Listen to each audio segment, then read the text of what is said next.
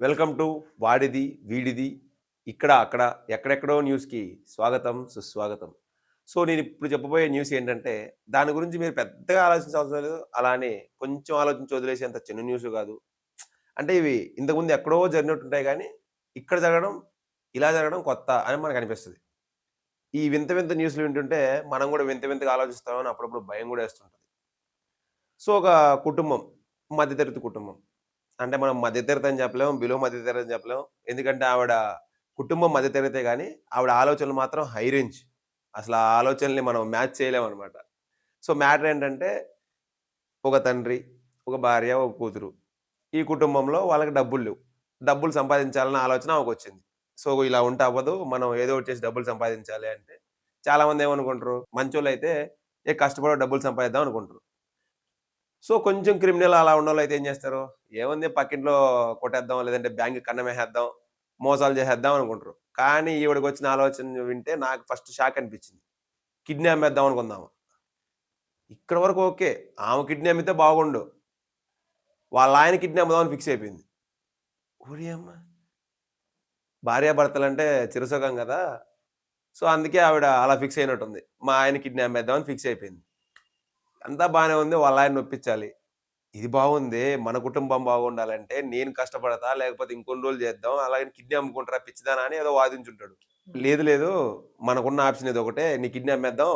So, మన పాప కూడా బాగుపడుతదని చెప్పి అన్నీ చెప్పేసి ఒప్పించేసింది.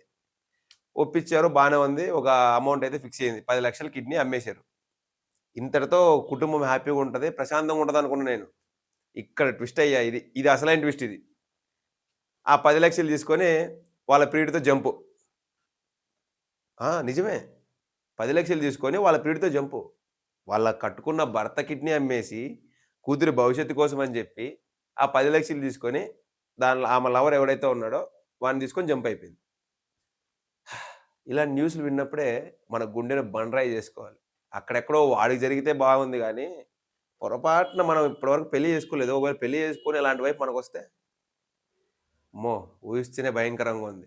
అసలు ఆ న్యూస్ గురించి వింటుంటే అది దాని గురించి థింక్ జేస్తున్నా చెమటలొచ్చేస్తున్నాయి. పెళ్ళిళ్ళు చాలా భయంకరంగా ఉంటాయి. పెళ్ళాలు అంతకంటే ఇంకా భయంకరంగా ఉంటారు. అందరూ ఉండరని చెప్పను. కొంతమంది ఇలానే ఉంటారు. వాడికి చెప్పాం బానే ఉంది. మనకొచ్చేటోళ్ళు చెప్పకుండా ఏ అన్నంలోనో మత్తుమందు కలిపేసి హాస్పిటల్‌లో పడేసి 2 కిడ్నీలు బిత్తుకెళ్ళిపోయిందనుకో, ముష్టెత్తుకోవడమే ఇంగ సిగ్నల్స్ దగ్గర కూర్చొని.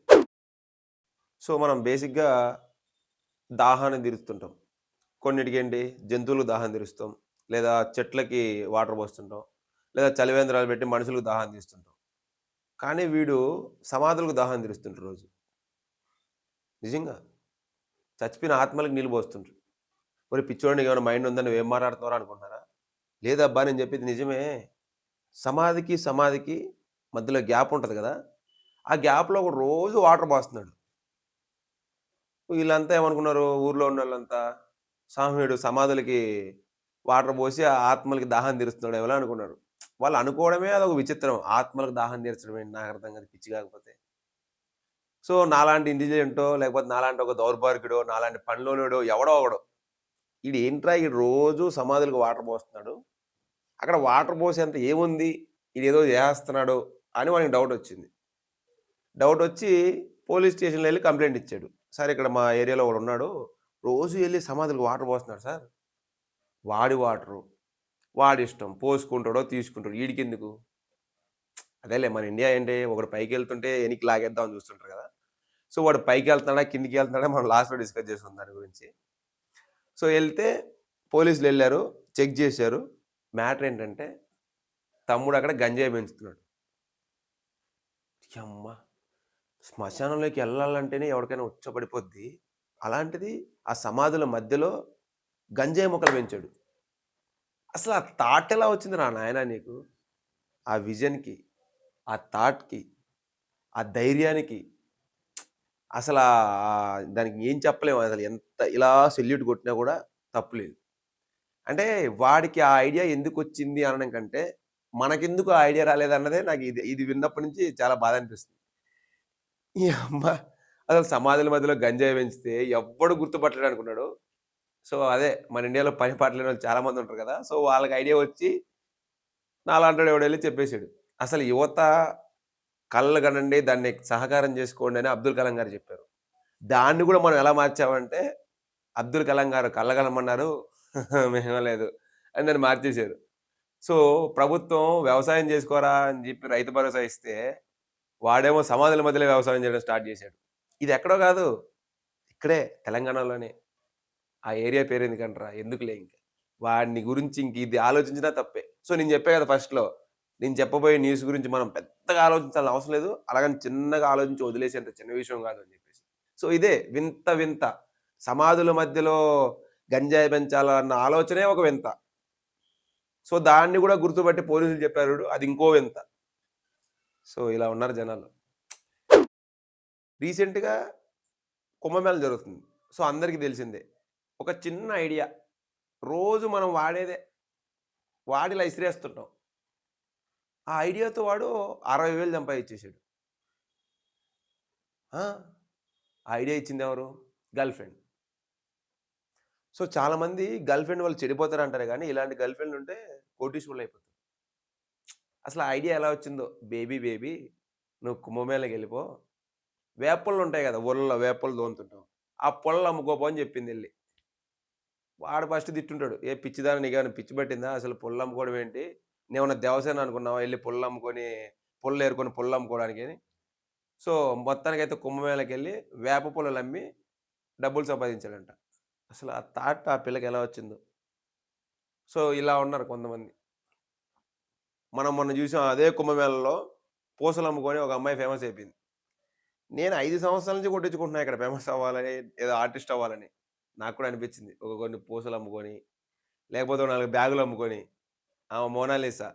మనం ఏదో లిసాలే ఎందుకింక. అదే చిన్న చిన్న విషయాలే పెద్దగా ఆలోచించాలి. సో, ఆమెవరో పూసలమ్మింది ఫేమస్ అవ్వాలంటే, ఆమె ఫేట్ అది. ఆమెకు అలా పెట్టింది రాసాడు, పోయిందంతే. కానీ వేపుళ్ళమ్మి వాడు డబ్బులు సంపాదించాడు. అదే వేపుళ్ళు తీసుకొని మనం వెళ్ళామనుకో, ఏదో ఒక దరిద్రమైన కొటేషన్ ఉంటది. దరిద్రుడు టెంకాయ పట్టుకుంటే వంకాయ అయితది కదా! అన్నట్టు ఆ వేపపూలు మనం తీసుకెళ్ళేలోపు అవి వాడిపోయి మనల్ని కొట్టి రిటర్న్ పంపించేస్తాడు. దేనికైనా థాట్, అదృష్టం అవన్నీ ఉండాలి. సో, ఇంట్లో లేడీసు వాళ్ళు దాచిపెట్టే డబ్బుల్ని మనం కనిపెట్టాలంటే minimum degree, MBBS, income tax ఇవేం జేసినా కూడా మనం కనిపెట్టలేం. ఎక్కడెక్కడ ఉంటాయో తెలుసా? బియ్యంలో పెడతారు. మన పోపు డబ్బాలు, చక్కెరలో గాని, కాఫీ పొడిలో గాని, లేదంటే ఆ ఫ్యాన్ మీద దానికేసి ఇదేసేయడము. ఎక్కడెక్కడో పెట్టేస్తుంటరు. సో, వాళ్ళు ఎక్కడ పెట్టారు మనీ అని జెప్పి మనం గాదు గదా! మన డ్యాడీస్ గూడా గుర్తుపట్టలేదు. సో, వాళ్ళకి మనం ఒకటే జెప్పొచ్చు. ఆడాళ్ళు మీకు జోహార్లు. వీళ్ళకి జ్ఞాపక శక్తి ఎక్కువ. ఎంతెక్కువంటే వీళ్ళు పొరపాటున ఎవరికైనా గిన్నె ఇచ్చి లేదా వాళ్ళ ఇంట్లోంచి ఎవరైనా తీసుకున్నా గూడా అది 3 ఇయర్స్, 4 ఇయర్స్ అయినా గూడా ఆ గిన్నె బయటకొచ్చిందంటే, "ఈ గిన్నె మాదే ఇటీయి." ఆ గిన్నె కోసం వాళ్ళు సొరవుతారు, ఎరవుతారు. అవసరమైతే పక్కింటావిడ జుట్టు పట్టుకొని కొట్టే రౌడీ రాణులు గూడా అయిపోతారు. సో, ఇలాంటి సంఘటన ఒకటి కేరళలో జరిగింది. ఏంటంటే, ఇంట్లో బంగారం ఉంది. సో, దాన్ని ఎక్కడ పెట్టాలో ఆమెకు అర్థం కావట్లేదు. సో, ఆవిడేమనుకుందో, ఏదన్నా బీరువాలో పెడితే ఎవరైనా తీసుకెళ్ళిపోతారో దొంగలు పడి, లేకపోతే వాళ్ళాయన అమ్మేస్తాడనుకుందో, లేకపోతే ఇంకేదైనా చేస్తారనుకుందో తెలీదు గానీ, తీసుకెళ్ళి చెడిపోయిన కుక్కరుంటే ఆ కుక్కర్‌లో పెట్టింది. ఆ బంగారం పెట్టినట్టు ఆవిడకి గూడా గుర్తులేదు మర్చిపోయింది. "ఏ పాత సామాన్లెయి, ఇనప సామాన్లెయి" అంటూ ఒకడొచ్చాడు. వచ్చి ఆ కుక్కర్ కొనుక్కొని ఎళ్ళిపోయాడు. ఆ కుక్కర్‌లో బంగారం ఉన్నది అమ్ముతున్న విషయం ఆమెకు తెలీదు. ఆ కుక్కర్‌లో బంగారం ఉంది కొంటున్న విషయం వాడికి తెలీదు. కొనుక్కొని ఎళ్ళిపోయాడు. ఇంటికెళ్ళి చూసుకున్నాడు. కుక్కర్‌లో బంగారం ఉంది. షాక్ అయిపోయాడు. సో, కొంతమంది ఇక్కడ 2 టైప్స్ ఉంటారు. కొంతమంది ఆ బంగారం దొరికింది. అసలు ఆమె మనల్ని గుర్తుపట్టలేదు. మనం ఆ పక్క పోము. అమ్మేస్తే అయిపాయని అమ్ముకునే మనుషులు. లేదు ఆ బంగారం ఆమె ఎంత కష్టపడ్డదో అంటే ఇక్కడ కష్టపడేవాడికే డబ్బు విలువ గాని, ఆ వస్తువు విలువ గాని తెలుస్తుంది. సో, ఆయన ఇనప సామాన్లు అవి అని అమ్ముకునేవాడు రోజంతా కష్టపడతాడు కాబట్టి, అలా కష్టపడితే వచ్చిన బంగారమే ఇది. ఆమె ఎంత కష్టపడితే వచ్చిందో అని ఆలోచించాడో తెలీదు గానీ, మళ్ళీ తీసుకెళ్ళి ఆమె బంగారం ఆమెకిచ్చేసాడు. సో, దీన్ని బట్టి మనం అర్థం చేసుకోవాల్సిందేంటంటే, మనది కాని సొమ్ము మనకవసరం లేదు. మన సొమ్ము కుక్కర్‌లల్లోనో, గిన్నెలల్లోనో, లేకపోతే అటకలల్లోనో పెట్టాల్సిన అవసరం లేదు. బ్యాంకులున్నాయి. బ్యాంకులలో పెట్టుకోండి. వాడు మంచోడు కాబట్టి ఇచ్చాడు గానీ, మా ఫ్రెండ్స్ లాంటోళ్ళైతే మామ ఇక పెగ్గులు అనేటోళ్ళు. So, dear my ladies and my last innocent my mothers generations జర జాగ్రత్తగా డబ్బుల్ని, బంగారాన్ని కూల్‌గా, సేఫెస్ట్‌గా పెట్టుకోండి. సో, ఇవాల్టి స్టోరీస్ ఇవి. సో, ఇది మామ వాడి వీడి న్యూస్ వేడిగా. Subscribe to Sam 21 stories. మా వీడియోస్ మీకు రీచ్ అవ్వాలన్నా, మేము ఇంకా పెద్దగా ఎళ్ళాలన్నా, సో, మా ఛానెల్ అయితే మీరు సబ్‌స్క్రైబ్ చేసుకోండి. మేము చేసిన వీడియోస్ మీ దాకా రావాలంటే ఏంటి మామ ఆలోచిస్తున్నావు? కొట్టు. కొట్టు. ఏయ్! గంట మామ. గంట కొడితే నేను చేసిన వీడియో వెంటనే నీకొస్తది. సో, నేను ఏదో పైకెళ్ళినట్టు ఉంటది. నువ్వు గూడా కొంచెం చూసి హ్యాపీగా ఫీల్ అయ్యేట్టు ఉంటది. సో, మీరు సపోర్ట్ చేస్తే నేనింకా మంచి మంచి వీడియోలు చేస్తా. ఒకవేళ నేను సరిగ్గా చేయకపోతే కింద కామెంట్‌లలో ఏసుకోండి. ఏసుకోండబ్బా! మామ కామెంట్‌లు పెట్టు. దాన్ని నేను రెక్టిఫై చేసి నెక్స్ట్ వీడియో మళ్ళీ చేస్తా అంటున్నా. సో, అంతే. అంతే. Thank you. ఇప్పటికి ఇదే చెప్పగలం.